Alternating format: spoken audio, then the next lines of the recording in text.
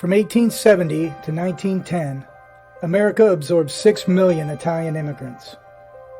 Most were ordinary citizens seeking the bright opportunities promised in a new world. What they found were crime-ridden neighborhoods and the shadowy corruption of the old world. Too often, they fell victim to Sicilian American predators. Terrorized by a secretive clan of evildoers, they were forced to pay exorbitant sums of cash in exchange for their very lives. From Ohio to New York to New Orleans, kidnappings for ransom, dynamite explosions, and murders rocked the Italian immigrants, who had little command of the English language and even less trust of local authorities. By 1909, this corrupt organization, led by a devious yet unassuming villain, had woven its tentacles into the very fabric of the Italian-American community, strangling any hope of the freedom and prosperity they had risked everything to achieve. This is the legend of Sam Lima and the Black Hand. I wouldn't know a gunman if I saw one. Gangster era stuff. 5 feuds of public enemies bring a reign of terror and baffle police. How did this famous gangster treat you? He treated me wonderful. This is what I'm telling you, what I'm exposing. This is my do. In a presentation. Okay, I started recording since you guys kind of started the show on your own. By continuing to be in a meeting, you are consenting to be recorded. I have to approve to be recorded? Is this like... You have to sign the waiver. Oh, Sign God. the waiver.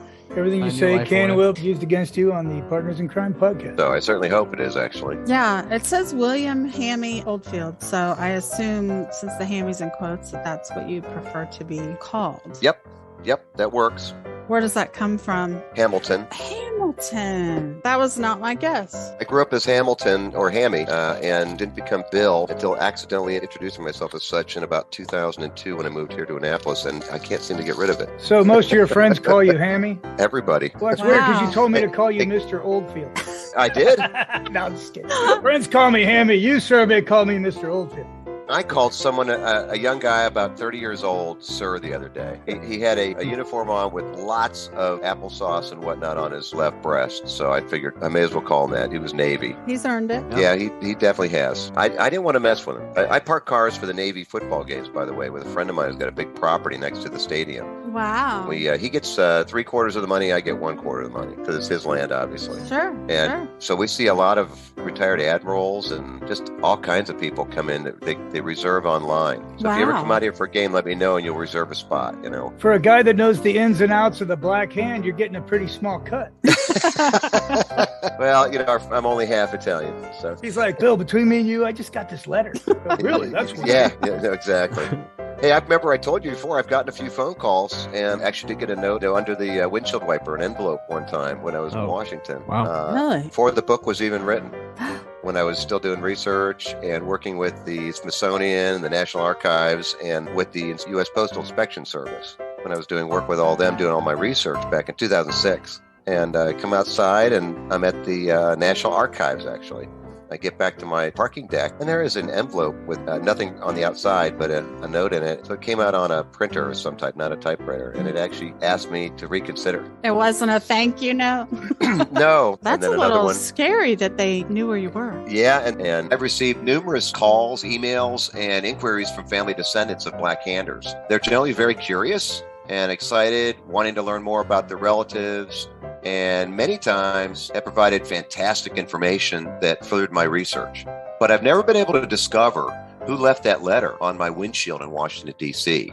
So there are quite a few highly successful descendants from Salvatore Lima and Sebastian Lima, and thousands of other families whose beginnings in America may have been a bit questionable, regardless of their ethnicities of Italian, Irish, Sicilian, Russian, Chinese, Salvadoran, whatever. For example, in our story, Sebastian Lima's descendants have been quite helpful. They are an absolutely amazing family of substantial academic success. And if Sebastian had not had children, we would not have his wonderful great-grandchildren. And this is consistent with so many descendants of former mafiosos, gangsters, or whatever bad dudes in the United States. And Sebastian was the quote-unquote brother of Sam. He was the brother-in-law, but you're right. But a lot of people thought they were brothers. Oh, but they just had the same surname. Yeah, that's not uncommon. First cousins, marrying first cousins was pretty common to keep the money and the control in the families. So that's why you see a lot of those names rotating in circles like that. Back then, I don't think you see much of that now. God, I hope not. Well, there'd be a lot of mafiosos walking around with 3 eyes, and I know with mine and Bill's grandfather, our Italian grandfather, he always would yell at me, "Do not marry an Italian, thin the bloodline." Oh, that's so funny. Who said don't marry Italian? Grandpa Julian. He I always like that, used Grandpa to... Julian. Oh, I like that name. Nice. Yeah, it was Juliano. Right. Vincenzo Juliano was his name. It got changed, obviously. Well, my grandfather's name was Vincenzo as well. Yeah, I like Vincenzo. And he went by Vince. I never called him by that name. I can tell you that. That would have gotten me in a lot of trouble. Well, he went by Jim. Oh, I love it. It's like when we're talking in this story here, you talk about John, a lot of Charlies, whatever, all these guys. Or Sam. Sam, they all, did so much Americanizing of their names. Now they want to force everybody else. I'm not being insulting to people who immigrate, but I do see a difference in the wanting to be an American. Yeah, Yes. you're right. My grandfather and grandmother would say, no, English, like that. And they'd force us to speak English as little kids, and they would speak Italian to each other, but then we'd try to copy them, and they say no. They say, actually, it was so funny, they'd speak in third person. No, Grandpa. English. That's what Grandpa says, speak English, you know what I mean? He always said, he says, no, Grandpa, no, do that. And I'm like, what do you mean, Grandpa? I'm not doing it. And he'd get mad. He goes, no, you know what I mean. Grandpa, know what you mean. It's so funny how different it is now. And that's really not that long ago. No, my mom was first generation within a year after they moved here. So, and my aunt, they brought her over. She was born in Italy. So I'm technically second generation by a hair. How's that? But she could understand Italian when she was older because we used to go to Italy a lot and the relatives. And she could understand them. And then she would interpret and speak English back to me, but she couldn't speak Italian back to them. Thank goodness they had some younger children in their 20s and whatnot. They learn English intentionally in school there. It's mandatory. So they were able to interpret. But I thought it was interesting how she could understand Italian without any problem whatsoever and then speak back in English. Well, anyway, I've been chatting away here as the story is unfolding, but the story hasn't unfolded. So yeah, well, this is all good because we do a lot of pre-stuff, and this is the kind of stuff we throw in. Oh, you throw this kind of stuff in? That's kind of... Oh, yeah, yeah. The show's like BS for the first 15 minutes. So that was the BS. I hope the BS could be better. Well, it's okay, It's good BS. I've got some family stories. I mean, Vince, he was a shoemaker, and he had some repair shops and a small factory and whatnot. This is in Boardman, Ohio, near Youngstown. Yeah, that's where we're from. Yeah, I was going to tell you, Ree, we have a lot of connections with Bill. Oh, sure. And he used to go to a bar, and I had to ask my Uncle Mario what it's called, but there was this guy there, his name was Dean Martin. He used to come in, and this young guy, and my grandfather used to say, hey, you should try to do something with yourself, So finally one time in the bar, they let Dean do an open mic, and the rest is history. Yeah, it is. Wow. The Dean Martin. Yeah, what you need to do is get my Uncle Mario on a Partners in Crime podcast, and maybe we could work that out where you throw him in for 10 minutes or so, let him tell 1 or 2 stories like that, and he knows all of them. They've all died. He's the only one left from my mother and father's generation. He knows some amazing stories about the goings-on, especially about Youngstown and Pittsburgh Mafia. They used to put a little pressure on my grandfather. And this is the shoemaker? Yeah, my grandfather, Vincent. And they used to put pressure on him. It was Sandy and Jody Naples. And they pretty much ran Youngstown at the time. And they used to put pressure on him, of course. And one time, he just didn't put up with it. And it was either Sandy or Jody was trying to muscle in on his business. And he came in, and my grandfather Vince had a shoemaker's knife, looks like a hook knife, and it's razor sharp. When you hold the shoe, you cut the excess sole all the way around the shoe off with it to trim it off. And he just hooked it right around the carotid artery area of Sandy's face. Oh, and he just hooked it right in there, and he just held it there, and he pushed it up nice and tight, a little drop of blood coming out, and he basically said, that no, I'm not going to do what you want. Vince, not do what you want. It's not going to happen, But he never had to pay any money to Sandy or Jody Naples after that. And every time you ran into him at a wedding or at an event in Youngstown, whatever, the Naples used to come over and give him a hug and give him a kiss on each cheek and, pat him on the shoulders or whatnot. Great to see you, Vince. You're a friend of mine, that kind of thing, Yeah, well, I know our great-grandfather, he was pushed. He owned a bakery. Grandpa Terry. Yeah. But what's funny was his wife ran the numbers for the Black Hand. There you go. We're a complex people. We are a complex. There was the good and the bad. She was probably running the numbers while she was wearing out that rosary. She goes, if you lean on my husband a little farther, he's going to crack. Yeah, my grandma Valentina, my dad used to think that he wasn't terribly religious, but she had that rosary, and he used to consider her a saint. She went to church every day. She died walking to church. Okay, Fitting. I mean, and so when she died, family cut up a rosary in little pieces because everybody wanted a piece of it because she was so holy. And he jammed it inside of his wallet and carried it for the rest of his life in his back pocket. You know, a little piece of I have hers, and it's so worn, isn't it, Zach? Yeah, it's about to fall apart. She rubbed that thing. Some of the beads, are more flat than round. That is amazing. Oh my gosh. Sounds just like my grandma Valentina. It's like the steps at the Coliseum. They're just worn down flat. Yes. I love it, though. The big, huge dips in the center of the. That is so crazy. That's exactly what her rosary was like. Do you remember Grandma Terry's room was that strange mausoleum of saints in a bottle, kind of like a ship in the bottle? It would be a saint. Remember, they're about 18 inches tall. Yes. Well, that was the infant of Prague. She had the giant infant of Prague, and then she probably had 20 little infant of Pragues. But I can remember always going in there and thinking, oh, I have to go to church. I remember thinking, nobody does this. They did, though.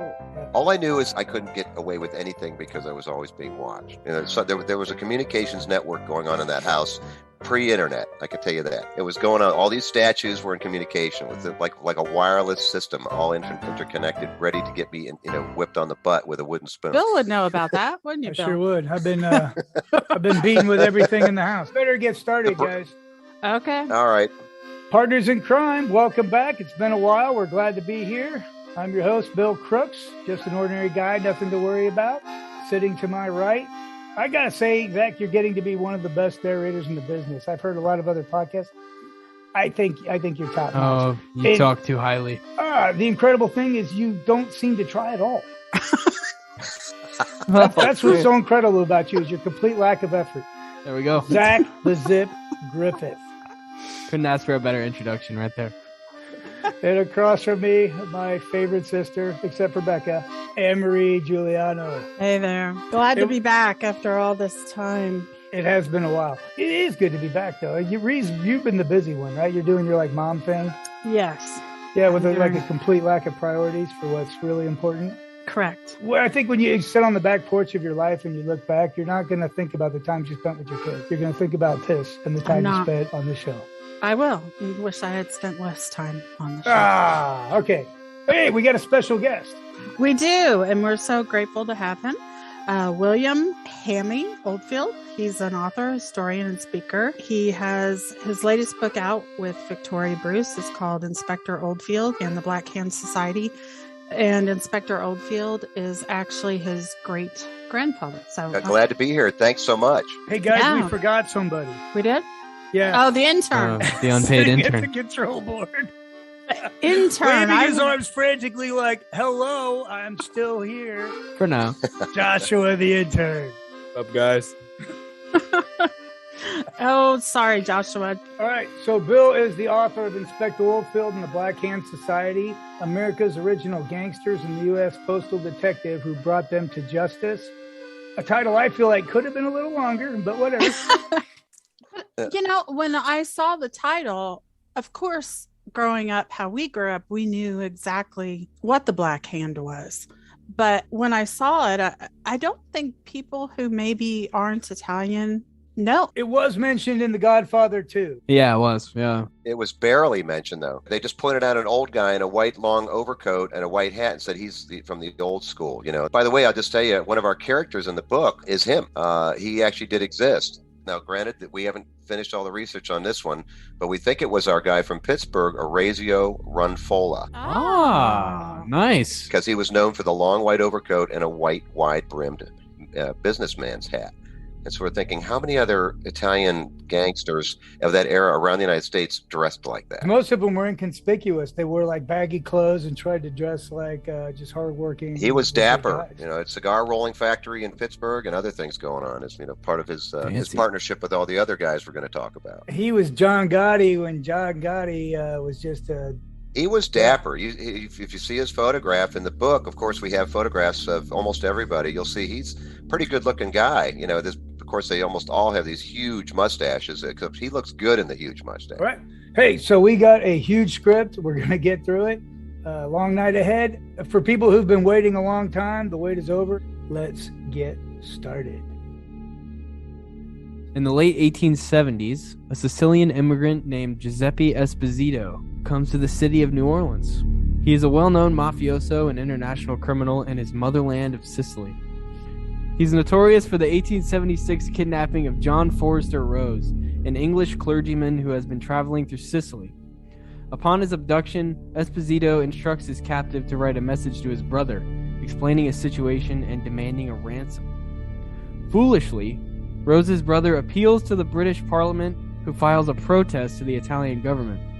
Apparently unfazed by the authorities in Rome, Giuseppe Esposito severs the ears of the good Mr. Rose and sends them to his soon-to-be wiser brother. That's like when the Getty heir was kidnapped. Didn't they do that? Oh, yeah. I don't think they used formaldehyde back in Esposito's time, though. Jeez. The brazen defiance of this demonstration infuriates the British Parliament, who pressures the Italian government to send troops after Esposito, presumably to hold him accountable for this insult. Esposito manages to escape into the mountains, and from the hills of Palermo can build a thriving mafia business. All good things must end, however, and when his organization comes under fire, he inevitably turns himself into local authorities. Kind of. So when we say kind of, it's because the authorities that he turns himself into are actually friendly. So they're in on the joke, so to speak. By the time Palermo courts are ready to move forward with the prosecution, guess what? Esposito has escaped. Oh, that's weird. So weird. Yeah, this is the most corrupt place you could imagine. Probably still is. They're trying in Sicily now, but it's still just so prevalent. Now on the run, Giuseppe Esposito makes his way through Marseille, France, and eventually across the Atlantic to New York City. By 1877, he finally lands in New Orleans. Giuseppe's reputation precedes him, and in short order, he is leading crime factions with his right-hand man, Giuseppe Provenzano. The Italians of all stripes, since Italy really hadn't come together yet in this period of time, truly come together, like under Victor Emmanuel II around 1890. You had all these different peoples. They saw themselves as completely different races, in fact, some of them. But they were all flooding in, most of them to the southern harbors. During the pre-Civil War, a lot of them came over. A lot of them were coming into South America as well, and they were getting into Brazil. And of course, behind them, some of these good guys were a lot of bad guys. And what they did is initially during the Civil War, just before this Reconstruction era, the 1877 or 67 era that we're talking about, Esposito, before that period, they were actually knew the shoals and the ocean so well between South America and the United States and all throughout the Caribbean, because they were importing fruit of all types and bringing it into the docks of New Orleans. And of course, almost all the laborers, of course, they owned them too. And so the Confederacy actually hired them to run the northern blockade of the Gulf of Mexico during the Civil War, to run weapons, food, medicine, that sort of thing in for the Confederacy, and even some cotton on the way out to be able to sell that around the world so they could help finance their war effort. So this really created a number of people like Giuseppe Provenzano and other folks that really started to develop a huge control system, a network that went not just from New Orleans, all over wherever they had to go. They had many networks set up. And after the war, during Reconstruction, there was money coming in from the north to try to rebuild the New Orleans area. And of course, all these Sicilians, for the most part, had control of different markets, from labor markets to foundries to import-export, that sort of thing, and construction labor, all sorts of other control. So they were taking a lot of the carpetbagging money, as they called it, the carpetbagging contracts, and using that money and, of course, spreading it around to not only politicians and law enforcement, but also to actually get a few things done, maybe build a few buildings and then skim the rest of the money off, that sort of thing. So the whole area of New Orleans was just absolutely completely and utterly flooded with northern money and import-export money, and was completely and utterly corrupt. From the lowest level police officer to the mayor, to the governor of Louisiana, it was just a mess. And there was also so many people coming in from all over the world that a lot of disease was coming in. And so there were all kinds of consistent plagues in the poorer sections of town. And, the flooding that comes every other year was causing problems with dysentery, yellow fever. There were all sorts of things that were happening during that time. And Giuseppe Provenzano and other Italians and Sicilians really saw opportunity in that situation. So this is like right before jazz too. Just beginning. You're right. Yeah. Just beginning. So 1880s. It's all the filth, crime, and plague of New Orleans without the jazz. Without the fun. But I'll tell you, there were so many red light districts. It was like every other street was a red light district. There was gambling, there were casinos, and everybody was skimming everybody else. There were different levels of bosses, from street bosses to neighborhood bosses to other bosses who were vying for, an entire industry, whatever that might be, throughout town. But the Sicilians were very much in control of the labor throughout the, New Orleans, and they were in control of the import and export, the docks, the dockyards, and they were also in control of the import of fruit. And of course, citrus fruit was extremely important to help fight disease. And as people were starting to learn that there was something about citrus fruit. So it was extremely expensive and it was highly sought after, and they made sure they made a lot of money off of it. Yeah, that's worth mentioning. A banana is like an exotic fruit at this time. Yes, absolutely. Even oranges are. Right. I find it interesting though, because even, we're in Indianapolis, but thinking about who the fruit distributors are here, they're all Italian. Yeah. I see those trucks all the time. Intern pointed it out to me. There was like a super Italian fruit truck going by. He goes, "Oh, that's not correct." You're going to laugh. Victoria Bruce, or Vicky Bruce, my co-author, her husband's last name is Provenzano. Oh, That was wow. funny. We all got a big laugh out of that. we're all related. The alliance of Esposito and Provenzano proves to be a formidable one. They are adept at mafia logistics and quickly take control of the docks, specifically the South American fruit importing businesses. Esposito owns a small fishing trawler and names it Leone, after the infamous Sicilian mafioso Leone Marchesano. Over the next few years, he controls not only the imported fruit industry, but the small army of longshoremen who control the docks. It's reported that his organization is responsible for 89 murders over this period. Effectively, he has created the first mafia in the United States.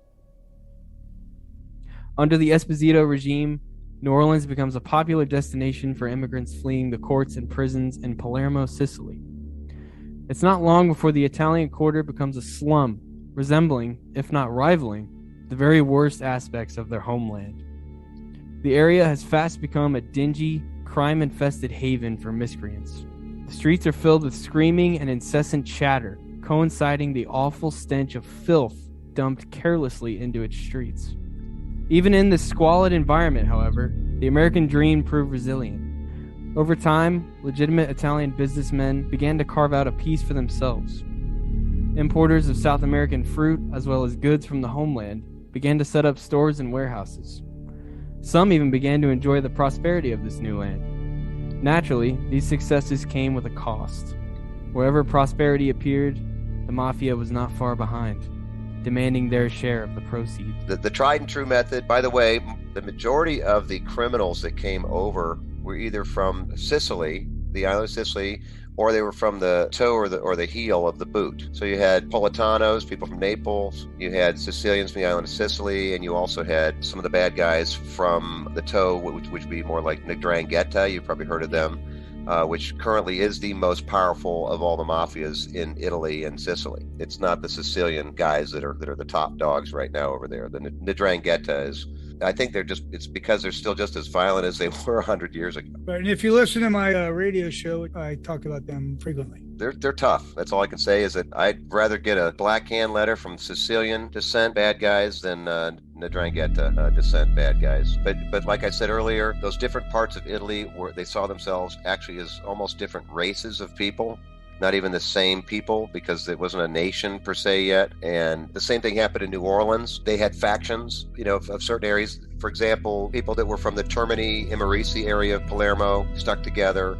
People from the Calabria area stuck together, that type of thing. And they very rarely intertwined. They would create treaties, if you want to call it that, and partnerships, but they actually would extort each other as well. This period of time was highly competitive. Everybody was vying for all this money from the north for the reconstruction, and all this money from the import and export businesses, and this massive growth of population in the port cities of the United States, like Baltimore, New York, and of course New Orleans, which really was the core at the time of the import-export. Because of course the port only has a short window every year in the summer, or in the early fall, where you might have hurricanes or whatever. So most of the time it is perfect weather, so it's very easy to navigate. Before everybody had a steamship or anything like that, when you had a lot of sailing boats, a lot of people didn't have the steam paddle wheel boats that had the sails and the steam.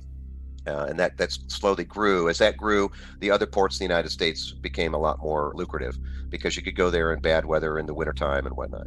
So what the Sicilians did in their method to extort all these new Italian legitimate businesses, and these Italians that had come over that were doing very well, was most of the time they simply came to the door or met them on the street when they were on the way to go shopping, that sort of thing, and with one or two men, sometimes one man behind and two men in front.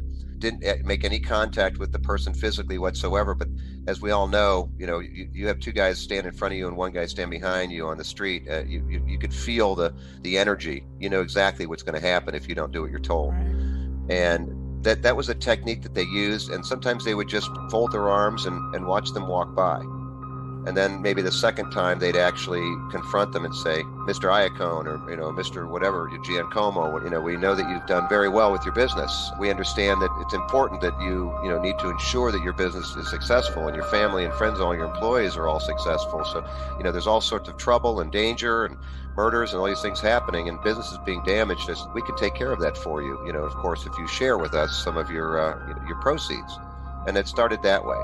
And it was a technique that goes, funny enough, it goes all the way back to before the Roman Empire. And it's used to this day. It's used to this day, and some people would call it extortion. Other people called it, no, it's insurance. It's protection. We're helping you out. It's protection, yeah. Yeah, Gunner did that all the time. Yeah, we talked about that with Gunner Detroit, that it's still, we even had a nice conversation about that and the technique that he used almost made me laugh, because it was identical to what they were doing in 135 BC, on the island of Sicily. So it hasn't changed a bit. Now, the second way they would do it, after one or two of these encounters, the next time is the verbal conversation. The third one may be a charcoal-covered hand, where then someone could walk up to the door of your business, usually the back door, and they'd press that charcoal-colored hand on the back of the door, and it would leave a black hand imprint. And that would mean they were marked, or that could actually be for death. And then the third time, they'd get another interaction. It usually could be a letter, and it would be in Italian, of course, because most of these people had not learned any English whatsoever yet, especially in the Little Italy or the Italian quarter of New Orleans. So the police officers, of course, most of them were, funny enough, they were of Irish descent from the north. And it seemed like they really took over the police enforcement business in the United States for about 50 years. It seemed like that was their main vocation, and other types of labor. But they knew about them, but they couldn't read the Italian, and they almost never used any interpreters. It really wasn't that sophisticated yet. So the letters would be written, usually stuck to the same back door, not the front door, initially, with a type of dagger called a dirk. D-I-R-K, and it's like a stiletto, if you want to call it that. It's not a switchblade or anything. It's actually a dagger, and that dagger goes all the way back to Ottoman Empire, and even before that became traditional, in Sicily, for them to carry one in their boot. So you could pull it out of your boot, and throw it, or whatever. The families knew right away exactly what that dirk meant when the letter was held to the door with that dirk. And so at that point, it demanded their insurance money, where to leave it, to a person that they trust, that kind of thing. And so, no name would be put on there, but a location might. And then finally, if they started paying, everything was fine. And generally, it was actually not a lot of money. It was a weekly amount. So that way, it was sort of a sustainable amount of money every week. That's sort of like a salary. If you build up all the businesses together, it was a salary for the organization of these guys. Now, at that point, if they didn't do anything, they could either be what they call defaced. They could get someone would walk up to them on the street and use a dirk like that and just slice them on the face, and so they'd have a long scar for the rest of their lives. Especially unfortunately, to the wife or one of the older daughters of one of these business owners. It was terrible. That's what they would do, and that was where it's called defacing. And usually the payment started immediately after that. Obviously, the next step would be a bombing. The use of a bomb, usually gunpowder wrapped in like a ball of twine, where they make their own bomb, in like a ball filled with gunpowder with their own sort of handmade fuse on it with hemp rope and gunpowder mixed in with the hemp. And then that would be thrown into their front window or blow up the front porch of their business, that sort of thing. The worst of all the worst would be killing the entire family or just the owner, that kind of thing, and leaving the mother and the children destitute. And so that created immense fear. Women did not inherit property at that time in the United States. So what would happen is if the husband is killed, unless there's a brother or somebody to inherit it to continue running the business, the woman doesn't inherit the property. Someone that becomes like a guardian, a legal guardian, who's usually would end up being so corrupt that the woman and children would still be destitute, and this corrupt guardian that was appointed by the court would just milk 99% of all the money out of the place and not really give any money to the widow and the children. So this really was quite effective back then. They learned to use all those emotional components. There were occasional businesses owned by women who would band together. Sometimes the widows of some of the murder victims and their kids would band together and start small laundries and seamstress and tailoring shops. So let's not pretend that the women were in any way at all helpless when something would happen in the Italian community, because traditionally in Italy, everybody worked. The kids work, the parents work, everybody works, right? And so let's not feel completely sorry for the widows if the place gets blown up and he gets killed. She will find a way, I promise you, but she's still not going to inherit property. And that didn't happen until, around 1915 or 1920, somewhere in the United States. So, right around suffrage, right around that time. I was going to say, hey, man, you give them property, pretty soon they're going to want to vote. Oh, my gosh. I think it happened around the same time that was part of the suffrage movement, is they wanted to inherit and not have some attorney be appointed by the court, and the attorney milks their inheritance dry and doles it out to them however he feels like it. Esposito ushers in a reign of extortion, murder, and general terror. Alas, all good things must come to an end, and upon his arrest in 1881, he is deported. As a matter of course, a power vacuum emerges. Vying to fill the vacuum are two separate factions. The Provenzano clan, named for the right-hand man of Esposito, naturally steps up to head one faction. The other is led by the Matranga family. The devious nature of Italian immigrants is not going totally unnoticed, and the Italian government, recently unified in the 1860s, seeks to improve its poor international reputation by publicly denouncing the mafia. Similarly, its consulate in the New Orleans area warned wayward immigrants to keep their distance.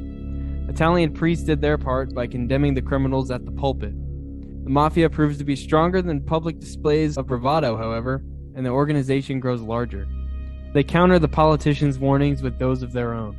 Join our ranks or be killed. It's a catchy slogan that resonates with newly arrived immigrants, and the mafia is reputedly responsible for at least 95 murders in 1891.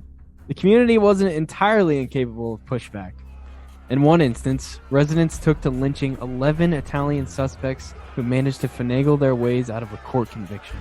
They rounded the men up, hung them from trees, and then riddled their bodies with shotgun fire. Well, in 1890, New Orleans had a police chief by the name of Hennessy. And Hennessy, in that period of time, was a suit and tie wearing type of guy, but he carried an outside sidearm. So it was almost like Dodge City, in the Old West. And would walk the streets, including through the mud street districts and the dirty quarters and the squalid quarters. And interestingly enough, he would walk openly without a bodyguard most of the time, even though he was threatened with death constantly. He was openly using the newspapers and openly expressing that he was going to clean up New Orleans. And at the time, he was the youngest police chief ever hired anywhere in the United States. So obviously he had some special qualities about him personally that would make, where they'd want to raise him to that level. In other words, he was pretty darn tough. He was also, a great son. He lived with his mom. So a lot of people, laugh about that, but back then that was considered sort of an honorable thing to do since his father had passed. And he, did that. So on one side, he was endeared for being that kind of a guy. And on the other side, the Italians, most of them loved him. But the bad guys in town, from the Provenzano clans and the other clans, the Matrangas and other ones, and the Machecas and other people, they absolutely hated him. So unfortunately, because of a lot of his crackdowns, after a number of things that happened, extortion, bombings, he actually did fairly well in catching some of these guys and getting them in jail. And so he was getting a lot of attention. So the Sicilians said, gangsters, so we have to do something about this. So what happened is that one night he's walking home, and we're talking gas lights back then, so it's not really bright like we think the streets are today, and he's walking through the street to his mom's house, to his house. A couple Italians walk up to him and literally just blast away at him and gun him down in front of people. There's other people walking, gun him down in cold blood right in the center of the street. He's laying on his back in the mud on the street, and people walk up to him, they're running up to him, and they're asking, who was it, obviously. His last words, which I'm now famous for saying as well on a couple occasions, was, "It was the Dagos. It was the Dagos." And he passed away. Of course, that caused this huge uproar in the rest of the community. All the other immigrants, from Germans to clean Italians, if you want to call them that, the legitimate Italians, and so many other ethnicities had come in. So New Orleans had this big, huge mass of people, of different ethnicities: English, German, mainly European, obviously. They all kind of banded together, even though they normally had their own little factions, of their ethnicities, and banded together. So we have to do something about this. This was just outlandish. So they basically round up anybody who looks Italian and they know is not completely legitimate. In other words, they may, be doing a little gambling or whatever, and they just round up all sorts of people. Eventually, they end up with about 11 Italians, put them in jail. Of course, they never see trial. Now, interestingly enough, all the guns that were used in this massacre were handed out to them. Oh. They did not bring their own weapons. The gun safe or the gun cabinet was opened up, and they were all distributed to them. So there's a little bit of argument as to exactly who did the distribution of all the rifles and shotguns. But it was obviously to make a huge example and explain to that community that, you're fellow immigrants with us, but you need to take care of your internal problems, and you need to take care of it now. Newspapers around the country celebrated the lynch mob, reporting that the suspects were given their just dues by an enraged mob. Seeking to escape the harsh treatment of Sicilians who were tied to the New Orleans Mafia, many of its ranks fled north to safer havens up in Pittsburgh, Chicago, New York, Indianapolis, Cincinnati, and Cleveland. As the 19th century ended, they fled to cities all over the East and Midwest, seeking Italian communities that boasted prosperity.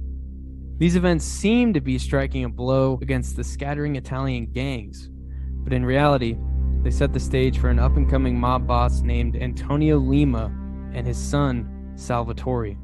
Now, to give people perspective, between 1890 and 1910, we talked earlier about how many people from 1870 to 1910 came to the United States, millions of people. But what really was amazing was that 40% of all the personal wealth of the entire Italian peninsula and Sicily left Italy and came to the United States in 20 years, between 1890 and 1910. So, of course, who's going to follow that?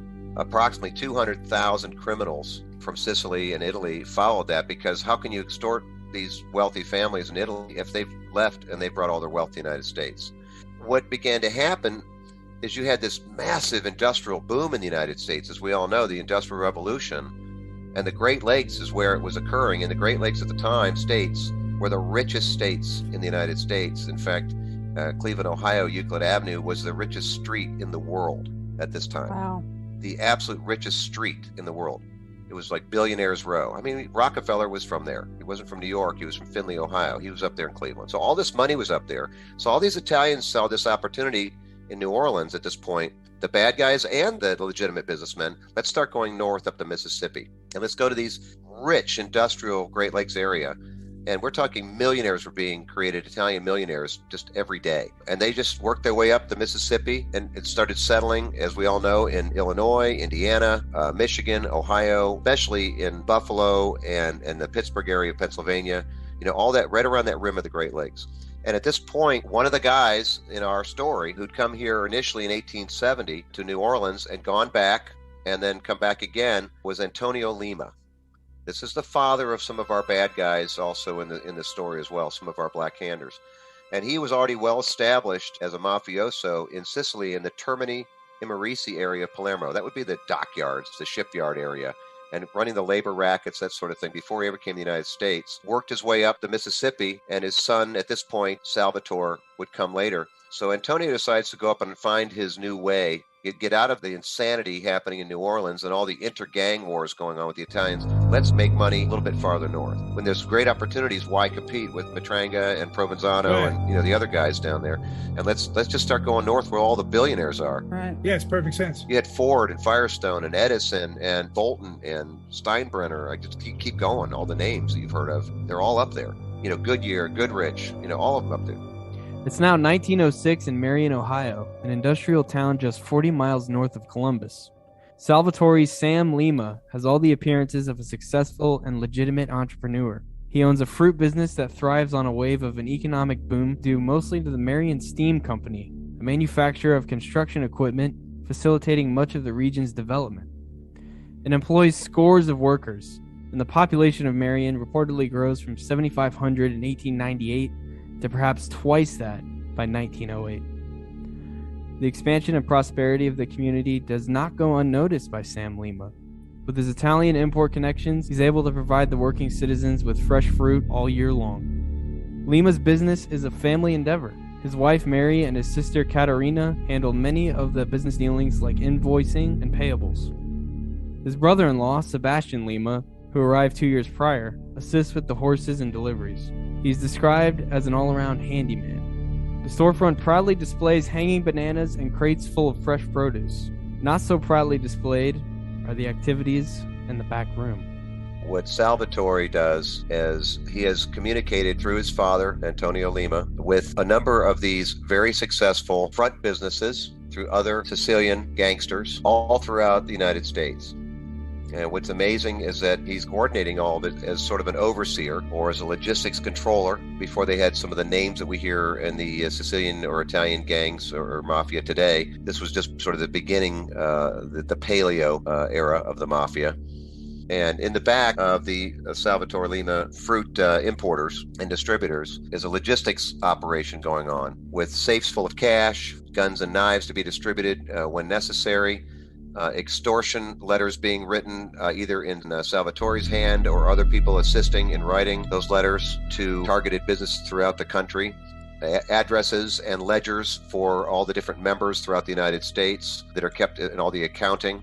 In fact, to give everyone an idea, Salvatore's nephew is another Antonio. He is in Portland, Oregon. So it shows you the distance of how they're working together, where you have other men in Chicago, Buffalo, Cleveland, Cincinnati, Detroit, Pittsburgh, some other in Baltimore, and even some that they're still staying in touch with in New Orleans. So they're utilizing this network that they've created all over the United States. And back then, of course, you had telegraph for coded messages, and you also had the well-known and well-used post office. Post office is pivotal to this. Absolutely. And also, they're not worried at all. They're not compartmentalizing and keeping our nefarious business in one place and our legitimate business in another. They are defiant. They have no fear of law enforcement whatsoever and no respect that they're even smart enough to ever walk in there and discover what they're doing. They have no fear whatsoever because the type of law that they have operated within the Sicilian community, this includes both legitimate businessmen and the mafiosos, or there's always an omnio, if you want to call it that, sort of a head boss, and in a town in Sicily. And if something happens, if someone robs something from someone else, you go to the omnio, sort of the head guy with the most money, the biggest landowner in the area. Person, is sort of the judge. Instead of going to the normal law enforcement and going to the court system or the judicial system, they do it internally. Yeah, and they do to this day. Well, similar to Sharia law, where, you have large communities coming from Middle Eastern countries, mainly Middle Eastern. There's other Islamic countries as well that come to the United States, and they want to create their civil law system, say in Detroit. They've been pushing for that for quite a long time. They feel comfortable with that. They still don't trust the local Detroit or Chicago or whatever city they've moved to in the United States law system. And so this is very similar with any immigrant group that comes to a new country. So it's not just this new influx we've seen of people who are from the Muslim faith and those ethnicities, but it was also with the Italians, the Irish, the Germans, the Chinese that came to the West Coast, the Jamaicans when they came here in the 80s, as well as Russian mafia, a lot of immigrants from Ukraine that came here in the 70s, 80s, and 90s. And it's the same thing with any ethnicity. Right now, the same thing's happening with MS-13. The Salvadoran population that's come here is absolutely focusing on that law enforcement inside their own group because they don't trust the people that don't understand their language, their culture, that sort of thing, which would be our highly diverse police forces. But to them, it just doesn't seem diverse enough. They still are very insular in their community. And so that's what's going on, with Salvatore and his nephew, Antonio, for example, in Portland, and Sebastian, his brother-in-law, and these other men like Rezo Renfola in Pittsburgh, Pepino Galbo in Meadville, Pennsylvania. There's so many of these men all over the country that are sort of the omnio of that town. The Sicilians didn't have any fear at all of local law enforcement. They called them buzzards, actually, in code when they wrote letters to each other. When they used the term buzzard, they were speaking about law enforcement of any type, whether it was federal or if it was local. And they just continued to operate with the community. And the community had a certain level of fear because the punishments were fair, but a bit more fierce than we see today. It was a little bit of an eye for an eye type of thing. We're not accustomed to that in the United States. Perhaps one of the most important items in the back room is a book that holds the names of the members of the Society of the Banana. Its cardinal members are Salvatore Lima, Sebastian Lima, Antonio Lima, and Giuseppe Agnofo. But there are others, and they will soon be heading to Marion for an important business conference. Sam looks like an ordinary Italian laborer, which I think I talked about a little bit earlier. He's not walking around like a big mafioso. He's not John Gotti. He's walking around, he's got the baggy pants and suspenders. He's a hardworking fruit vendor businessman. In his community, he does not want to be seen as this tough, rich, mafioso type guy. Now, his brother-in-law, by contrast, is said to be intimidating. He's said to have struck fear at anyone that inclines to look him in the eye. He's got more of a swagger and more of a gangster classic type. So they're a good 1-2 punch. They're an interesting combination of guys. And the other thing that's interesting about that is you have Antonio Lima, the dad, who's getting pretty old, actually. If you remember, I said he first came to the United States in 1870, then went back, got in trouble, got away, and got back to the United States, to New Orleans. Then he came up to Marion, Ohio as well. He's sort of staying in the background throughout the entire story because he's more senior. I think he's more of an advisor because you don't hear him mention that much in their letters and that sort of thing. Although Sam Lima undoubtedly looks forward to plotting sinister crimes with his societal cohorts, he has another pressing matter to attend to. There is a thriving produce, tobacco, and dry goods business in Columbus, namely the I.O. Fazone and Sons Grocery. It is owned by Mrs. Mary Fazone and her husband Ignacio, and it's doing so well, in fact, that Sam and Sebastian Lima figure they are entitled to a piece of it. On a fine Sunday morning, they arrive in Columbus by train and take a streetcar to the Italian village. Aware that Ignacio Fazone is out for the day, the two extortionists meet up with three more of their kind. Colleguero Charlie Vicario, a 29-year-old baby-faced murderer, his 18-year-old brother Antonio Tony Vicario, and a railroad worker with a penchant for crime named Salvatore Rizzo. The extortionists proceed to the business/residence of the Fazones. The store is closed on Sundays, but the arrival of the ominous mafiosos is not entirely unexpected. Mary and her husband had received a threatening letter only a few weeks ago, demanding $2,000 or else. The correspondence is postmarked on September 29, 1908, from Dunbar, Pennsylvania. It demands the sum of $2,000 to be delivered near a Pittsburgh bridge. The note is written in flowing cursive and is signed The Black Hand. Now, everybody's probably shocked at hearing thousands of dollars. This is far from unheard of at that time. Some people could say, add 2 zeros to that if you want to compare it to today, or possibly even 3 zeros. So you have to understand these thriving businesses were bringing in lots of money, and they were stashing it. They weren't banking it. They were actually stashing it. So they had this cash hidden in the walls or safes, that sort of thing. Salvatore Lima or Sam Lima and his brother-in-law, they knew how much money was rolling through these places. But at the same time, you had all the labor out there, railroad workers, for example, that sort of thing. They were paying a couple dollars a week to the Black Hand, or even a couple dollars a month, which was a large sum for them. But they were paying for that for their lives. And so these successful business people obviously were paying a large multiple of that And the reason that all were paying, no matter what their level of income was because they'd all had met or heard or knew of someone who had been beaten, had their face slashed, their house bombed, or ultimately killed for refusing to pay. That's the thing about the Black Hand that I think is different than the Mob Today. The Mob Today, they're in construction contracts and they kind of elevate the cost, right? Or they're into prostitution or they're into gambling, but there is some service being provided. With the Black Hand, it was just, you're going to pay me because if you don't, I'll kill you. And it just makes him more grimy, in my opinion, than even the mob is today. And murders, by the way, murders weren't solved, Bill. They just weren't solved back then. I mean, they'd find a guy in the mud behind, the railroad shack, at the yard. And everybody would say, didn't hear a thing. I don't know anything about it. Even if they did know, they didn't say anything. Right. That's the level of fear these people had. I think, honestly, getting back to the MS-13, right now MS-13 is still a very young, immature gang in the United States. And if you notice, they're brutal. They're hacking high school kids up. There's a definite fear in the Salvadoran community. As the gangs mature for 1 or 2 generations, they start sending their kids to college. Things of that sort of start to happen. They start buying into legitimate companies and laundering their money into those legitimate businesses. And a lot of this violence ends. This is, like I said, the Paleo Mafia. It's the very beginning. They're very young. They want to stake out their turf. They're using a lot of violence, and there's a ton of fear out there in the communities.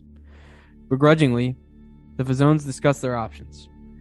Ignacio is a tough and stubborn man. He is loath to forfeit a sum of money that would likely amount to their life savings. They elect to ignore the threat, but proceed cautiously as they move about from now on.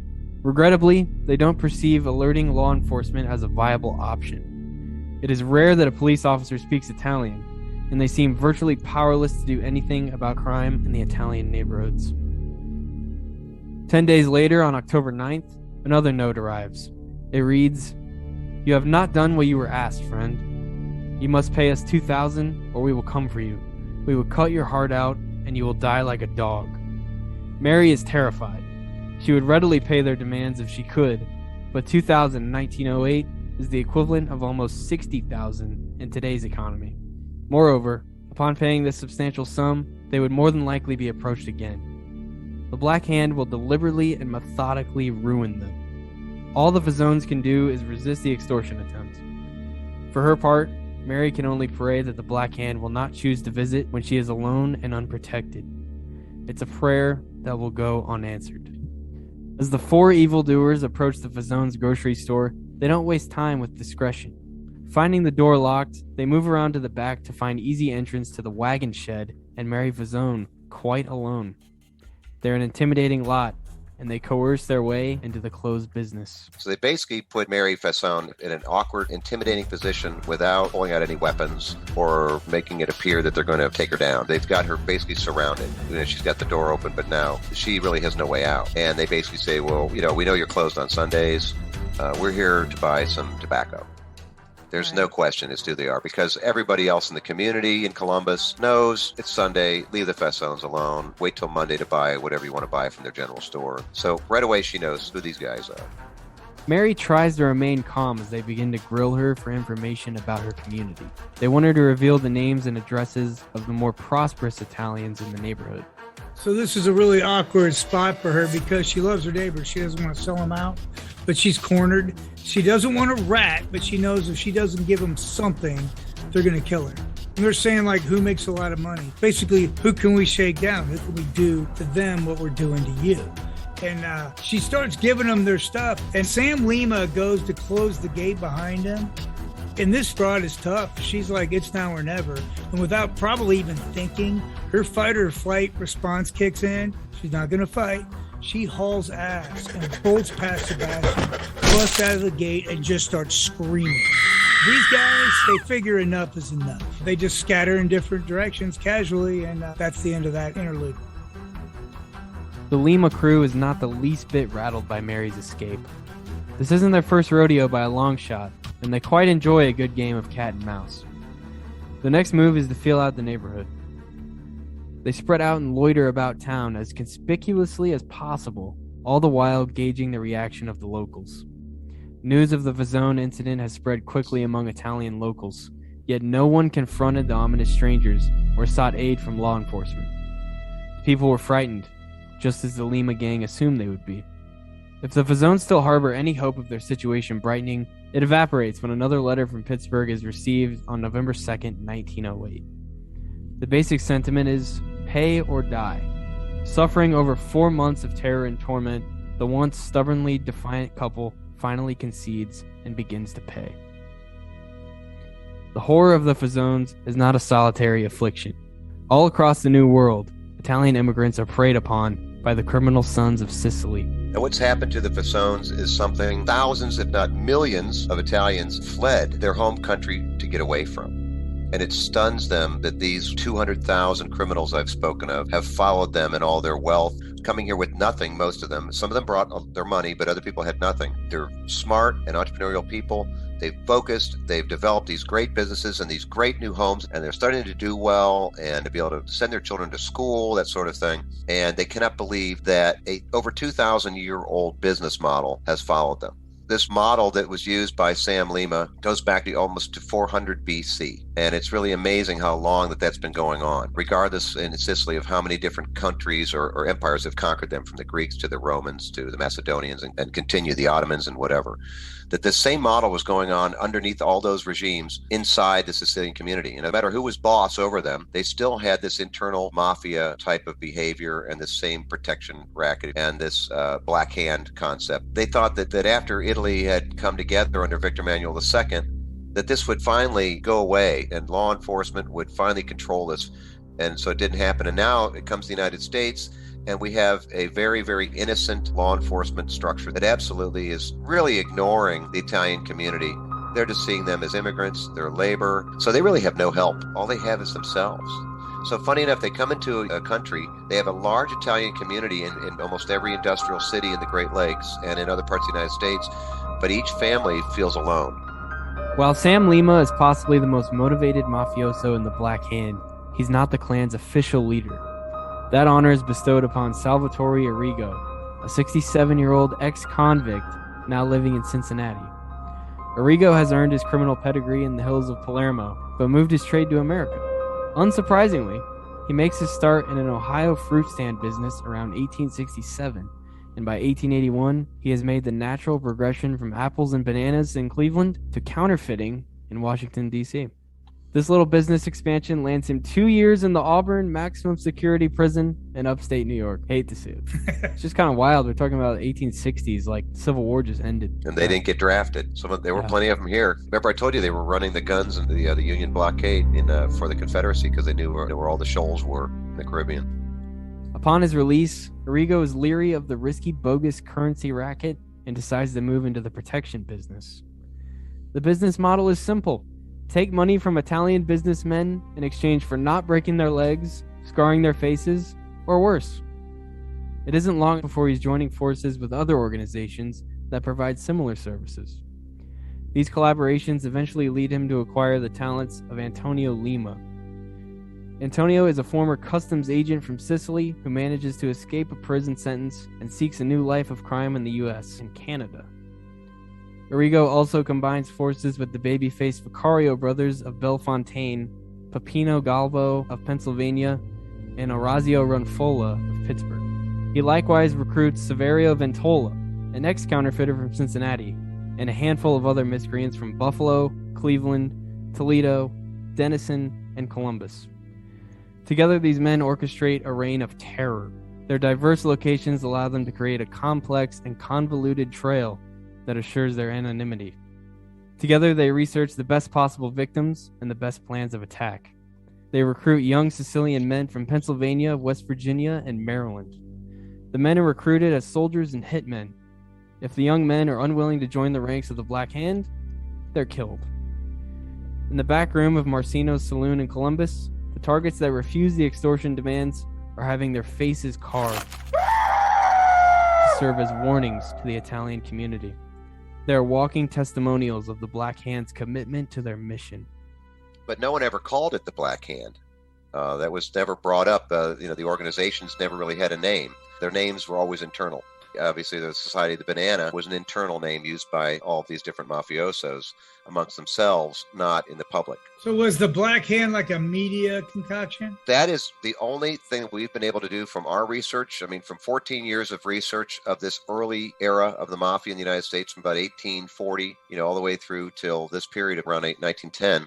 The only thing I could find, and Vicki and I have been able to ever find, was a Herald Tribune writer took the Black Hand symbol that was drawn onto letters, left on people's doors, and decided to coin the term. What happened after that is many of the mafia organizations, a lot of them were local at the time, the ones that were not part of the international or the national franchise that had been created by Antonio and Salvatore Lima and the other men, they started using it too as a copycat. So all of a sudden you started seeing Black Hand popping up all over the country on the extortion letters. The term blackmail that we use today came from this term. The term now was sensationalized. It's any Italian criminal, and every newspaper in the country now, after this Herald Tribune writer used it, it just goes like wildfire, goes viral, as they call it today. And all of a sudden, any Italian crime, the headline in the newspaper say, local Black Handers do this or do that. And they even started using it for non-Italian gangs to sell newspapers. And what happened was other gangs, no matter what their ethnicity was or their background, they started using the Black Hand technique to do the same thing to their victims. So it really caused a lot of confusion. It was actually good for these guys in the Society of the Banana with their nationally franchised organization. It just helped them to inflict so much more fear in their victims because it was now everywhere. So the newspapers actually helped create the problem. By the way, there was an assistant attorney general for the post office because the post office was a cabinet level department of the U.S. government at the time. Postmaster sat on basically the cabinet with the president because it was the main form of communication in the whole country. It was extremely important for commerce.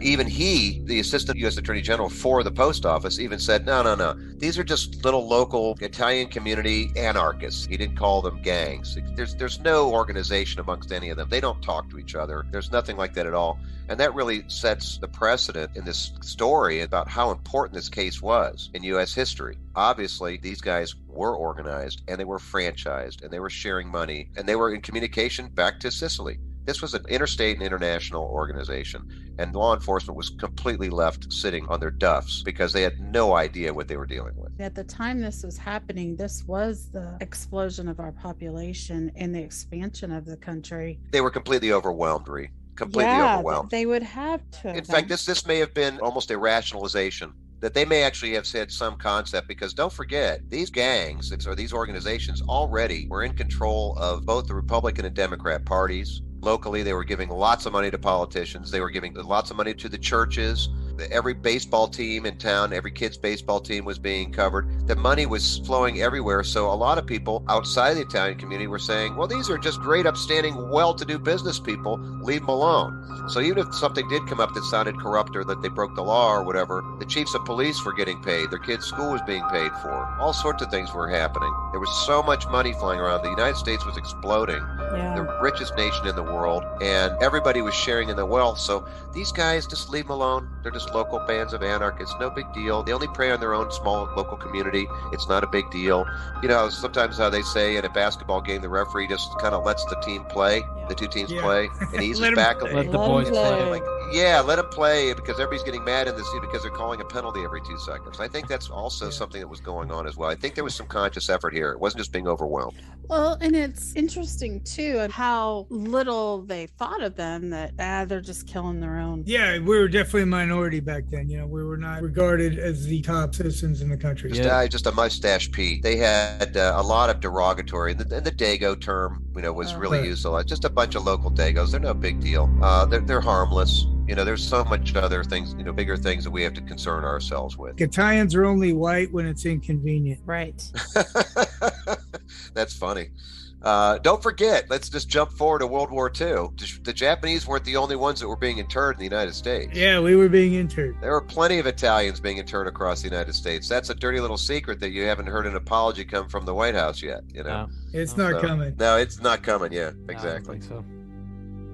To men like Salvatore Arrigo, law enforcement offered little to fear. From the local police to the Secret Service to the U.S. Marshals, none had any real working knowledge of the practices of the Black Hand. They were essentially free to terrorize the Italian community as they saw fit. Nevertheless, they remain cautious and pragmatic, always communicating in code to cover their tracks. Arrigo, inspired by his legitimate fruit shop, baptizes his corrupt organization the Society of the Banana. Harmless as the name sounds, he elects to keep it an internal reference. He has no desire for publicity. Keeping with the fruit-filled theme, they develop a code that sounds to the ignorant ear as normal business. A carload of lemons is a large sum of money. A box of lemons is a smaller amount. If a mark was targeted for extortion, they might send a message reading, "His consultant physician has suggested he eat more bananas." That way he gets his potassium rather than lead, right? Yeah, exactly. Around 1908, Arrigo is starting to relax and enjoy the fruits of his illegal labors. He's an older man of 68 years, and perhaps getting a bit long in the tooth. He's walking with a hunched posture and a cane. His appearance is becoming gray and shaggy. His cohorts are noticing that he's lost his zeal for the organization's endeavors. He's forgoing the hard work of crime for the pleasurable pursuits of wine, women, and pasta. The senior members of the Society of the Banana, fearing the loss of the stranglehold they've worked so hard to achieve, agreed that it's time for Sam Lima to take the leadership role. This couldn't be more welcome to Lima, who's long tired of the tiny rackets continually proposed by Arrigo. He's no longer content to shake down rail workers and longshoremen for peanuts. He has eyes on much larger scores. He's not one to shy away from terror and violence to achieve his goals. He's the quintessential gangster, a generation before the likes of Luciano and Capone will hit the newspaper headlines. Sam Lima gets right to business. He doesn't bother with compartmentalizing his legitimate and illegitimate businesses. He operates both from the same desk. He's not as educated as some of his contemporaries, and his writing is crude and blockish, lacking the eloquence and flow of some of the more refined extortion authors. Even his drawings are described as cartoonish, almost comical, albeit depicting skulls and daggers piercing bloody hearts. What he lacked in presentation, however, he often compensated in content. His eloquent prose must have given him some level of pride and satisfaction. One of the most famous letters that we have in the collection, we identified some prose that Sam Lima had written. This went obviously to a targeted victim. And this shows that he actually was quite creative. And it goes like this. We have silently removed emperors, kings, and princes, and have been as fearless of apprehension as we were the wind sighing in the trees at night. We revel in bloodshed. We smile at tears and pleadings, and our field of operation is bounded only by the universe. We scoff at the police. We push them aside as we would a child. That's impressive. If I received that and say, these guys are serious. It's sickly poetic. Oh, yes, it is. It's almost like an Edgar Allan Poe or a Alfred Hitchcock movie. It's really scary. Is this type? This is handwritten in Italian in a Sicilian dialect, and then, of course, I have the translation, 100-year-old onion skin paper attached to it. If I didn't have the translation, I may have walked right by, because when I read the Italian in the letters, it's not only script in their handwriting, that's already difficult enough, but it's also in code, and it's in the Sicilian dialect of Italian.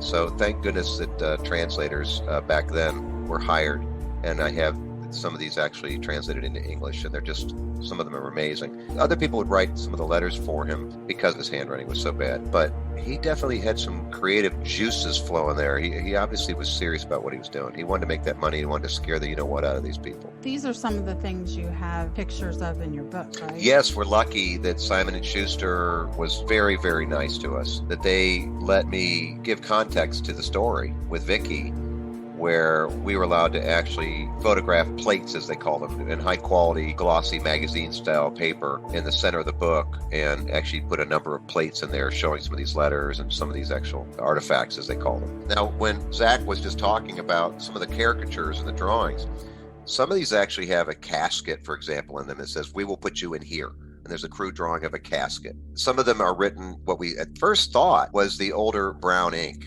or the ink that oxidizes and turns brown on some of these older documents. The black goes away, but some of them we had them looked at very closely, and it appears that they were written in human blood. Yeah. And that with a couple drops, where if you pricked your finger and held it over the paper, drops would drop on top of the paper. with a couple of those in there just for added, psychotic effect.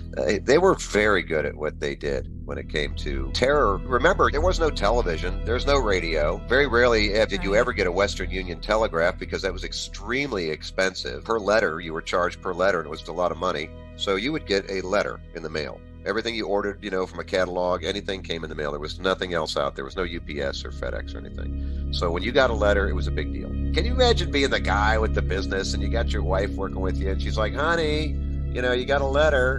Because the outside of the envelope looks completely normal and innocuous. It looks like anything else. That's what it really was interesting, how it just looks like a normal letter on the outside. There's no blood on the outside or anything. But boy, when you cut that sucker open, look out. Like, you're going to end up here. He goes, what is that? A jacuzzi tub? No, it's a coffin. It's a coffin. It's a six-sided coffin. I don't like the sound of that. Whether the primitive writing and the comical pictures will prove to be as effective as previous intimidations, the Black Hand is soon to discover. A successful Cincinnati fruit dealer named Fred Chancholo received such a letter demanding several $1,000s. Initially, he scoffs at the demand and continues about his affairs. He gives the letter stronger consideration when a bomb explodes on the front porch of his business. Ultimately, he decides that paying the Black Hand is just good business. Another Cincinnati produce dealer named Joseph Annarino comes to a similar conclusion when he's threatened with the kidnapping of his child. I think there was this Black Hand going on in New Orleans, and there was a famous case where this 6 or 9-year-old kid gets kidnapped by the Black Hand. And it just goes south. The kid won't shut up. He won't stop crying. And so they just end up killing him. And they cut him up. They cut off his head, his arms. That became a nationally known case. Yeah, it was a rallying cry. Yeah, and they were asking for like $6,000 way back then. It was like 1907. Every newspaper in the United States had the story. The media, everybody, it tore their hearts out. Sam Lima is a man that is hard to refuse. A businessman named Agostino Anario is targeted and, like so many others, hopes he can ignore the threats and carry on with his pursuits. When his home explodes, he decides he'd rather leave the country than live under the tyranny and constant demands of his tormentors. He returns to Palermo, only to find that the Black Hand letters have followed him across the sea to his home in Sicily. No! If successful strangers had much to fear from Lima, it seems that familiar friends don't always fare much better. Pete Marcino owns a Columbus saloon that is a favorite card spot for the Black Hand. One day, when Lima's share of the profits isn't what he expects, the saloon explodes with such impact that it's literally reduced to rubble. By the way, the newspapers say the pictures of Marcino's saloon when it's blown up. It's right at 6th and Naughton Streets for our Columbus listeners. It says collapse in the newspaper. Yeah, and you see the picture. This thing is blown to smithereens. There isn't a piece of brick and mortar attached to itself anymore. It's literally piles of rubble of individual bricks. Think of the explosion to break a building into little tiny individual bricks, like a huge scattered pile. And it says collapse of Marcino Saloon. The Marcino family is sent away, fleeing for their lives. To Sam Lima, business is business. Well, during Sam Lima's reign from 1908 to 1909, the Society of the Banana thrived. Each score seemed bigger than the last. The amount of money moving through the post office to Sicily was impressive, mostly going to Antonio Lima's wife, by the way. In 1 month alone, Sam's father, Antonio, sent 19 international money orders to his wife in Palermo, about $57,000 in today's currency. Business was so good that Sam Lima hired a man named Salvatore Luigini to help write extortion letters. When Salvatore was arrested for some trouble of his own, Lima hired Luigini's daughter, Maria, to help pick up the slack. And that's why a lot of the letters change in their appearance and their script throughout this story. Which I would imagine is pretty effective as far as not gathering a bunch of evidence that can be used against you in a court of law. Actually, it worked very well. This was the first federal case in U.S. history where handwriting comparison and analysis was used to convict. It seems that no matter how many times a man is beaten, or a house or business explodes, no matter how many horrible stories emerge regarding those who resist the Black Hand, someone is possessed with such a stubborn nature that no amount of warning will suffice. Often, these victims pay an even higher price. In January of 1909, a slow learner named Antonio Nuzzo continually ignores the threatening letters. Approached on the street, possibly by someone he knew and trusted, he accepts a banana. Upon consuming the seemingly harmless gift, he He begins to froth at the mouth and succumb to convulsions. He's pronounced dead that very day. Another man who persistently resists is literally shot dead in front of his horrified family. Afraid that their code of omerta may not be honored in lieu of the death, Lima and company infiltrate the funeral home where their deceased Mark is being prepared and douse the casket with kerosene before setting it wildly ablaze. The Black Hand is growing. Sam Lima's criminal underground is becoming the stuff of legend. His tactics and his power are infamous, not just to the criminal elements of society, but to the holier members of society as well. A Baptist minister named Reverend Rollins becomes aware of the Sicilian scallywags and takes them to task. He calls them out for their ways of gambling, liquor, and other sinful activities via his sermons. Soon these sermons are echoed in the local newspapers. This irks Sam Lima to no end. The people disparaged in these sermons are some of his closest friends, and he will not see them besmirched. Lima also does not want God or any of his minions to interrupt his prophets. One day while giving a sermon, Rollins notices an olive-skinned man amongst the pews, seething with disapproval. The following day, he receives a package. The package contains the drawing of a skull.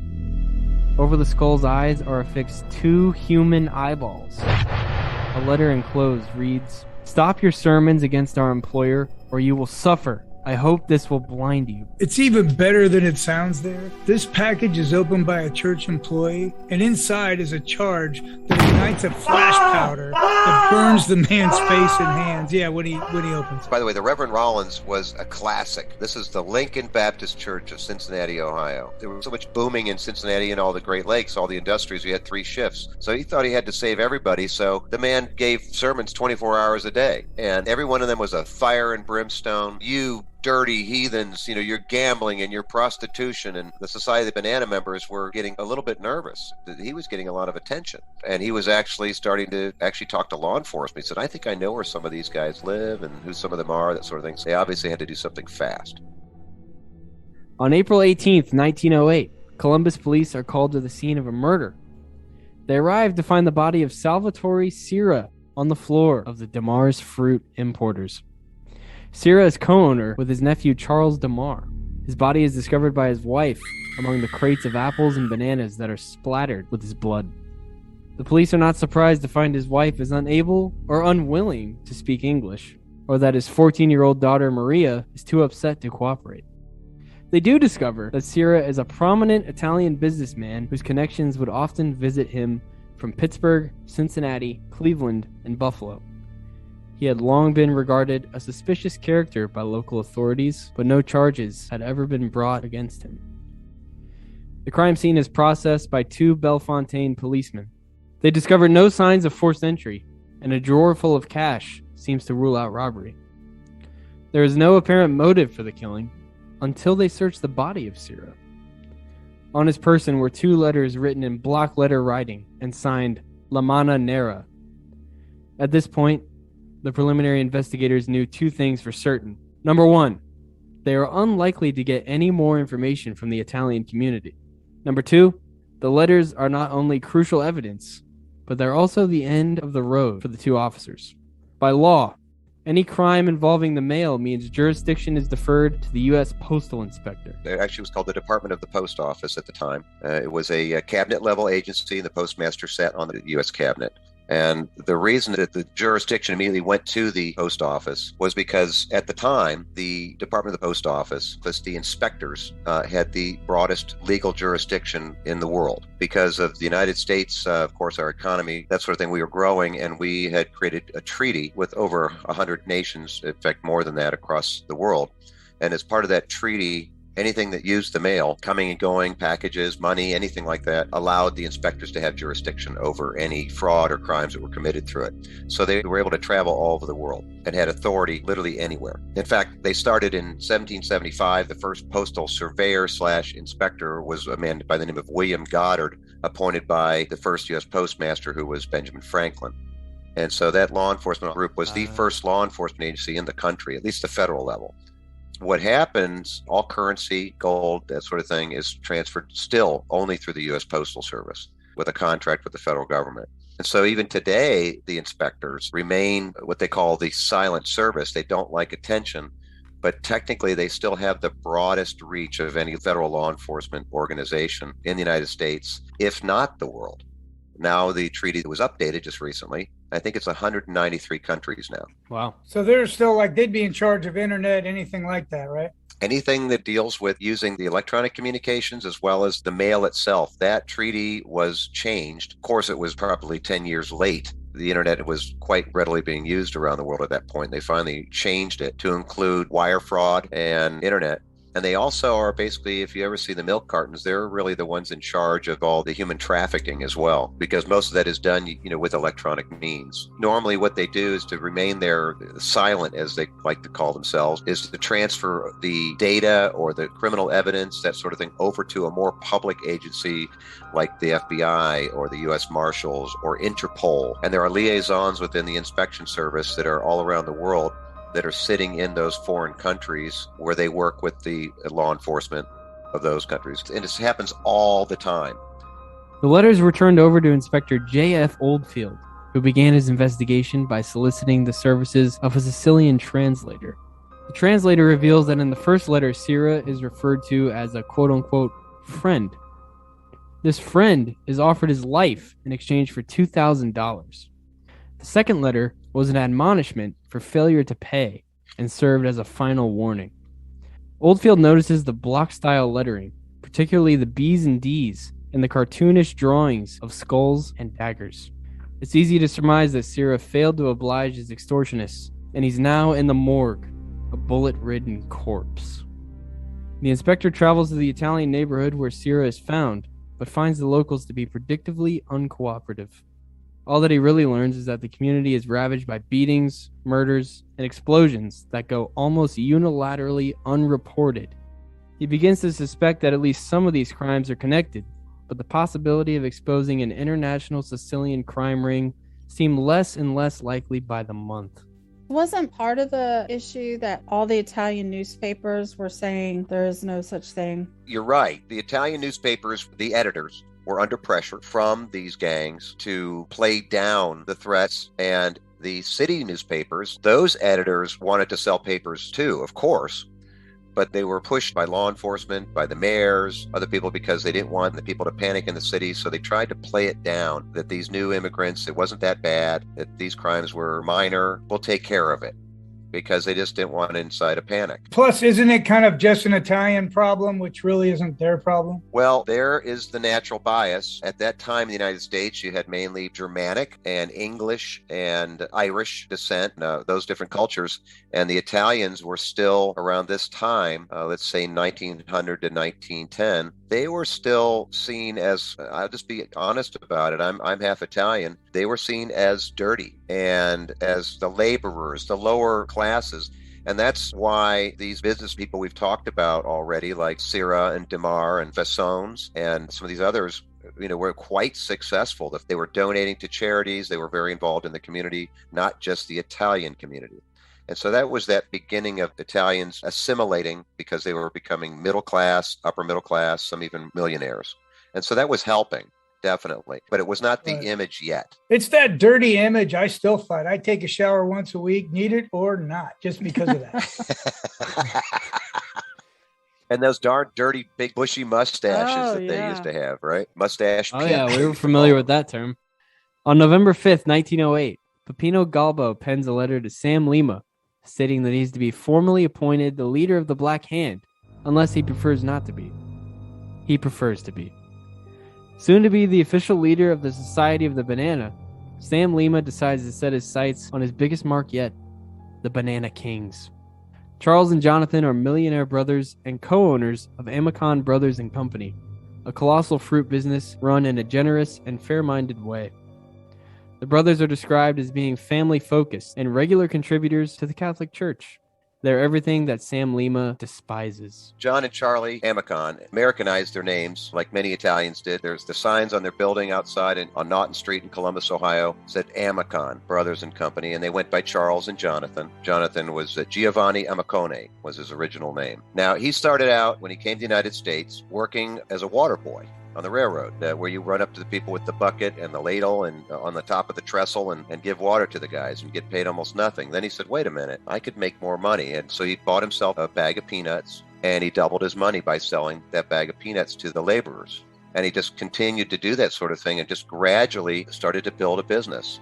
And eventually, by the time of this story, they were the largest fruit import-exporter in the United States. It was amazing how big they were. And they were in Columbus, Ohio, which was sort of an inland port because of all the highways and the railroads that were going through. And so they could import to that area of the country and send out their fruit all over the Great Lakes region of the United States. Now, secondly, by the way, the Amicons were great friends with the Fessones. Yep. Remember them? And John Amicon was really not happy about the Black Hand and these thugs that he saw within the Italian community around the United States, not only in Columbus, but other parts of the country with his communications, trying to hold back all these hardworking people like himself who had started with nothing and worked their way up to become very wealthy. And these thugs were trying to basically get something for nothing from these families like the Amicons. And so he was furious when he found out that Mrs. Fessone had been threatened and that they were actually now paying. And John Amicon really publicly in church, and he'd been quoted in the Columbus Dispatch newspaper, he chided these thugs, as he called them, and Black Handers as lazy cowards who were absolutely too pathetic to even just earn a standard living. And one of his famous quotes that was in the paper was, "Let me be clear. If anyone tries to get money from me, he'll have to kill me first." You know, he really backs himself into a corner, though, because when you're public like that and they turn the gun sights at you, now you only have one recourse. He knew this was coming, by the way. He knew that this was going to come to a head, and he was ready for it. He was that kind of guy. Right. And, you know, like so many times him and his buddy Fasson would sit back and have a few drinks, and they'd be cordial, and about 3 drinks in, he'd be like, "You know you're a pussy, right?" I promise you that conversation went in some form, but I think it was probably in Italian. Understandably, Sam Lima feels sentiments like this are bad for business. Further, he cannot bear the thought that there might be someone out there unafraid of him. He can't resist sending a letter to Giovanni Amicone on Amicone's Italian name. This impulsive act of aggression will set into motion events that will ultimately incriminate Sam Lima and expose his underground criminal syndicate to the world. In January of 1909, John Amicon receives a letter written in his native Italian. The letter is direct and to the point. "Dear sir, you must give us $10,000 and nothing bad will happen to you. We are confident that you will not go to the police." The letter instructs Amicon to give the payment to, quote-unquote, an honorable man, and deliver it to a location near a Pittsburgh bridge. So knowing how the Italian community has been under this scourge for years, a family that gets one of these letters is terror-stricken. These guys are typical Italian Catholics. They've got wives, tons of children to worry after. It's understandable that they consider paying, or minimally they're going to try to negotiate a less ridiculous amount. So Charles, his brother, has this reaction. But John's made of more stubborn stock, as we said, and living in fear is what drove him to America in the first place. Plus, he's gone around town with his big talk of defying these guys when it was his friends and neighbors that were being victimized. Amicon is determined that the Black Hand will not get the better of him. He's heard the rumors of their horrible deeds and is acutely aware that his friends, the Fassones, are regularly paying them in exchange for their lives. Stress is wearing on him, however, as he fears for the lives of his family. He begins to imagine the terror tactics of kidnapping, beatings, and explosions that might come of his ignoring the threats. Then, another letter arrives. "We have put you down in the register of the dead, nasty brute. That for money you are content to be killed. No one escapes from under our hands. We have stabbed many in Italy. Consider that I, who wrote this, has a price of 14,000 lira on my head. For 8 years was followed by the police, and know not how many I have killed with my trusty carbine, which has never failed me. Either your money or your blood. The Black Hand." Weeks went by, and several more letters were delivered. John convinced his brother Charles to resist paying the extortion demands. The Black Hand became more brazen. One morning, Charles's wife finds a rolled-up Pittsburgh newspaper on the front porch of her home. Inside is a stick of dynamite, with a message warning that they will receive the 10,000 or they will blow up the house with all the children inside it. Desperate, Charles Amicon, via a man in his employ named Herman Holland, goes to the Italian consulate and presents the threatening letters. It's to no avail. The representative of the consulate merely shrugs it off, explaining that it's an American problem. There's nothing he can do about it.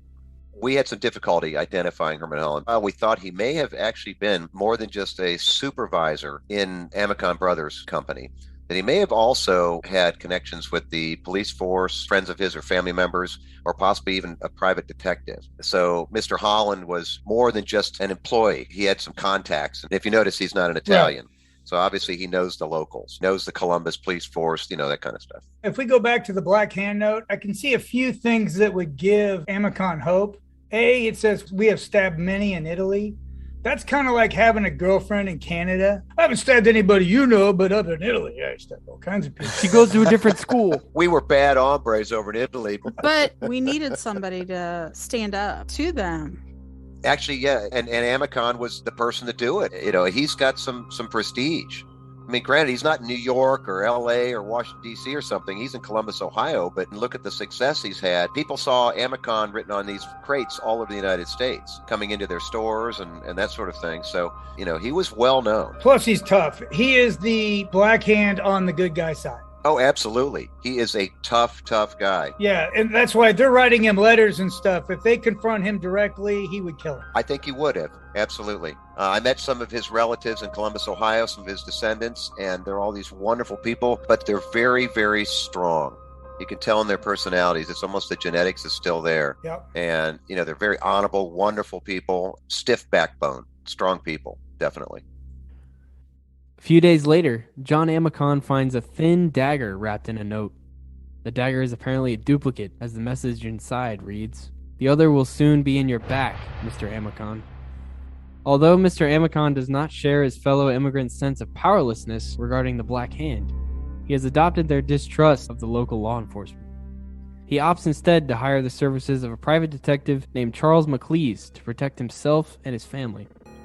McLeese gets to work, surveilling the community for suspicious characters and inquiring about town as to who may be responsible for the extortion attempts. On the third night of his employment, Private Detective is surveilling from the shadows of the Amicon property when he hears the rear gate opening. From his vantage point of a grape arbor, he can see a man walking straight to the back of the house. A nearby streetlight affords enough light for McLeese to recognize the trespasser as a man he noticed earlier at a saloon across from the Amicon warehouse. Despite verbal warnings from the detective, the interloper keeps his course, only retreating when McLeese emphasizes his point with 2 rounds from a revolver. The man retreats to the company of 2 other men. It's dark, but McLeese is able to see them clearly enough to ascertain their identities. They are Sam and Sebastian Lima, and a man named Severio Ventola, a known ex-con and henchman in the Lima crew. The intimidation tactics seem quelled for about a week, until John's wife Teresa finds a dynamite roll, much like the one previously sent to Charlie Amicon. The message within reads, "Dear John Amicon, by the blood of God, we are in back of you. We have killed kings and emperors. Consider a fly like you. If you wish to avert your death, you will search for an honorable man to go to Pittsburgh, and while he is searching for us, he will be found. We advise that if you go to the police, you can count yourself dead." You have to understand, though, when they send these letters, and it just says, give the money to an honorable man, and the man's going to get on a train back then and take off from Columbus to go to Pittsburgh. He's going to have to also switch trains as well. It didn't go directly. Someone's following him. Right, and watching you at all times, no matter where you are. And so it created an image of inevitability. It's impossible for you to move without us knowing where you move. But John Amicon on his end is like, well, thank you for that very specific, detailed description of what won't be happening. Yeah, right. I'm going to give $10,000 and I'm going to give it to an honorable man, and he's going to walk away with $10,000 of my money. You just wasted a paragraph, because that ain't going to happen. The look of sheer terror on his wife's face is the final assault that John Amicon can withstand. Seething with anger, he squeezes the offensive letter in his fist and heads 3 blocks to a massive 4-story federal post office and custom house building. John Amicon marches into the Columbus post office, letter in hand, declaring to the on-duty postmaster Harry Crum, "I want to speak to Uncle Samma!" He is ultimately led to the office of Inspector Oldfield. Oldfield studies the letter. He can't understand a word of the Italian script, but he immediately recognizes the block-style lettering and the ridiculous cartoon drawing of a skull, dagger, and bleeding heart. For a man who never lets a crime go unsolved, the letter is a sight for sore eyes, and the zealous man before him is a gift from heaven. John Amicon informs the inspector that he and his brother are being extorted for $20,000 between them. He also advises the names of other victims in the community that are suffering under similar circumstances. The Italian businessman proves to be the gift that keeps on giving. He assures Frank Oldfield that he has further evidence to turn over, that he suspects a man named Sam Lima, and that he is prepared to testify in a court of law. Alright, sorry guys, it's getting late. We're going to have to call that part 1. But the next episode will be coming out quickly. It's not going to take a long time. Yeah, thank you very much, all of it. I can't wait to come back on again. Yes. So good night, everybody, and God bless. Good night. Good night. Good night.